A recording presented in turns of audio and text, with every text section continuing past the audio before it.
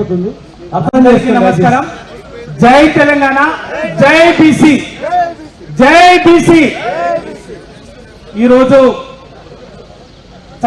స్థానిక సంస్థల్లో బీసీలకు 42% రిజర్వేషన్లు కల్పించాలని, దానికి రాజ్యాంగ భద్రత కల్పించాలని బీసీ ప్రజాప్రతినిధుల ఫోరం ఆధ్వర్యంలో జరుగుతున్నటువంటి ఈ మహాధర్నాకు నిజంగా వచ్చినటువంటి స్వచ్ఛందంగా తెలంగాణ ప్రతి పల్లె నుంచి వచ్చినటువంటి సర్పంచులు, ఎంపీటీసీలు, వార్డు మెంబర్లు, ఎంపీపీలు, జెడ్పీటీసీలు, కార్పొరేటర్లు, కౌన్సిలర్లు, బీసీ జాతి బిడ్డలందరికీ పేరు పేరున నమస్కారం.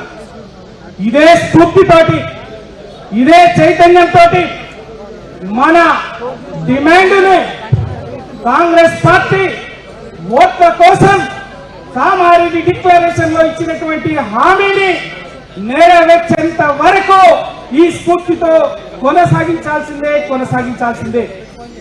ఓపిక పట్టినం, అధికారంలోకి వచ్చిందో మాయ మాటలు చెప్పిందో, ఓపిక పట్టినం. బీసీ కులగన్నన్నారు, అసంబద్ధంగా హేతురహితంగా ఇష్టానుసారంగా 40,50,000 మంది బీసీల లెక్కలు తక్కువ చేసిన ఓపిక పట్టినాం. మీరు డెడికేటెడ్ కమిషన్ అని చెప్పి నాచి మాటలు చెప్పి మీ ఇష్టానుసారంగా మోసం చేస్తున్న ఓపిక పట్టినాం. ఏదో ఇంకా చెప్తూ వచ్చిన 20 నెలలుగా ఓపిక పట్టినాం. ఎందుకు అంటే సరే ఏమన్నా కానీ ఏదో ఒక రకంగా 42% రిజర్వేషన్లకు చట్టబద్ధత కల్పిస్తారు, స్థానిక సంస్థల్లో అడుగులు పడతాయని చెప్పేసి అనుకున్నాం.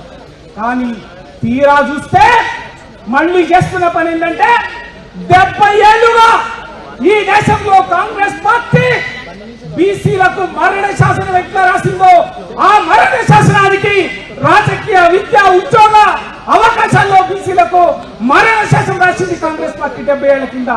ఆ మరణ శాసనానికి మరో శిలాశాసనం రాసేటట్టుగా ఉన్నదే తప్ప తెలంగాణలో 42% రిజర్వేషన్లకు చట్టబద్ధత కల్పించేటటువంటి పని చేయట్లే. అందుకే మోసపోయినాం, ఎదురు చూసినాం. ఇక బరాబర్ ఇక ఓపిక పట్టే పరిస్థితి లేదు, ఇక సహించే పరిస్థితి లేదు. ఇవాళ యుద్ధం ప్రకటిస్తున్నాం.